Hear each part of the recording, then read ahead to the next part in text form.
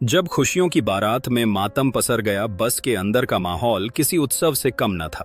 हवा में शादी के गीत, ठहाकों की गूंज और बच्चों की खिलखिलाहट घुली हुई थी। हर चेहरा उम्मीद और खुशी से रोशन था। आखिर वे सब एक बारात का हिस्सा जो थे। उन्हीं चेहरों में एक 11 साल के अली मोहम्मद का भी था, जिसकी आंखों में अपने रिश्तेदार के निकाह की चमक थी। वह बस की खिड़की से बाहर झांककर उड़ते हुए पेड़ों और गुजरती हुई दुनिया को देखने में मगन था।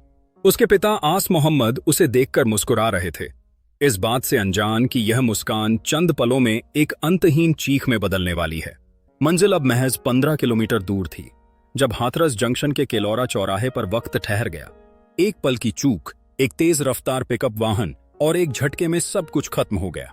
जो सिर कुछ पल पहले अपने पिता की ओर देखकर मुस्कुरा रहा था, वह धड़ से अलग होकर सड़क पर जा गिरा।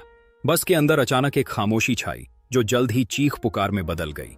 जब लोगों की नजर बस के अंदर छटपटाते धड़ पर पड़ी, तो कलेजा मुंह को आ गया।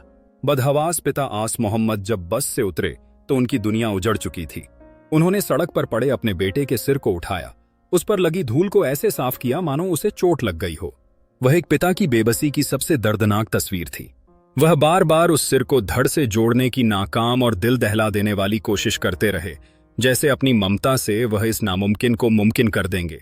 उनकी आंखों में आंसू नहीं, एक गहरा सदमा था। एक ऐसी हकीकत को झुठलाने की जिद थी जो पत्थर पर लिखी जा चुकी थी।